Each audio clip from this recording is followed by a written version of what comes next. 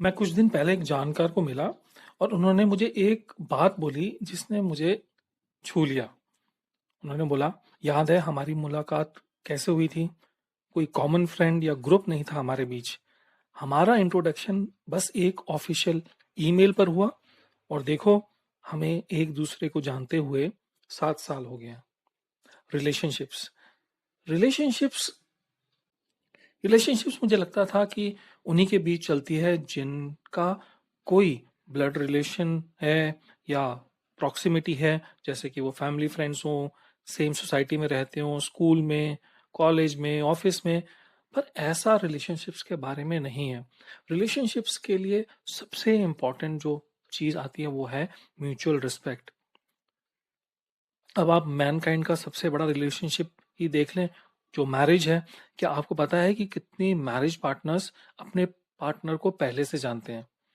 एक स्टडी के हिसाब से इंडिया में 90% से ज्यादा मैरिजेस लव मैरिज नहीं होती हैं।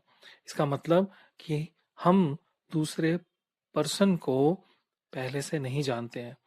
कहने का मतलब ये है कि हम एक अनजान व्यक्ति के साथ भी रिलेशनशिप स्ट्रांग बना सकते हैं और वो रिलेशनशिप लंबा चल सकती है अगर एक म्यूचुअल रिस्पेक्ट होता है दोनों के बीच में।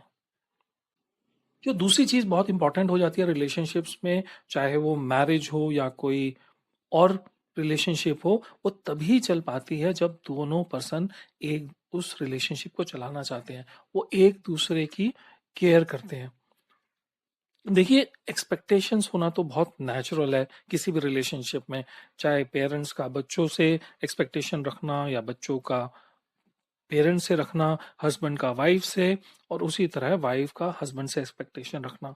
और ये भी बहुत नेचुरल बात है कि एक पर्सन जो होगा उस रिलेशनशिप में थोड़ा ज़्यादा इन्वॉल्व और डेडिकेटेड होगा, बल्कि दूसरा पर्सन जो है शायद उतना इन्वॉल्व या उतना डेडिकेटेड ना हो। अगर दोनों इस बात को समझ लें, मतलब केयर में एक्सपेक्टेशंस अगर ना लेके आए, तो ये रिलेशनशिप्स जो हैं एक दूसरे के साथ में उनको चलाना, उनको स्ट्रॉन्ग बॉन्डिंग देना बहुत आसान हो जाएगा, बल्कि ये एक दूसरे को कॉम्प्लीमेंट करने लग जाएंगे और इसी वजह से रिलेशनशिप्स को स्ट्रेंथ मिलेगी।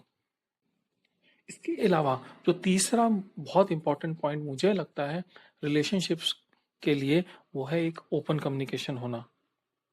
मैंने तुमसे कुछ कहा और तुमने उसको सुना और एक्नॉलेज किया। अगर रिलेशनशिप्स में आप अपने फ्रेंड से, पार्टनर से, अपने बच्चों से, अपने पेरेंट्स से खुल के कोई भी बात कर पाते हैं और सामने वाला उस बात को एक्नॉलेज करता है, तो ये एक स्ट्रॉन्ग रिलेशनशिप का साइन है। इस बात से फर्क नहीं पड़ता कि आपने जैसा बोला सामने वाले ने वैसा किया या नहीं किया। अगर एक्नॉलेज भी किया और आपका पक्ष भी समझा, तो मुझे लगता है वो रिलेशनशिप स्ट्रॉन्ग है। क्योंकि रिलेशनशिप्स में बहुत सी बातें डिस्कशन के बाद, एक दूसरे को अकोमोडेट करने के बाद, और ये साथ में लेकर चलने की बात होती है। अनलेस एंड अनटिल कोई भी बात बहुत इंपॉर्टेंट है और क्रिटिकल है, मुझे लगता है ओपन कम्युनिकेशन रखना और दूसरे के व्यूज को रिस्पेक्ट करना और अपने व्यूज को सामने वाले पे ना थोपना, अगर ये भी रिलेशनशिप में है और वो एक ओपन कम्युनिकेशन है, तो ये एक स्ट्रॉन्ग रिलेशनशिप का एक बहुत बड़ा साइन है। मेरा नाम सौरभ लिखा है। उम्मीद करता हूँ कि आपको मेरे वीडियोस पसंद आ रहे हैं और मैं आपके फीडबैक का हमेशा से वेट करता रहा हूँ।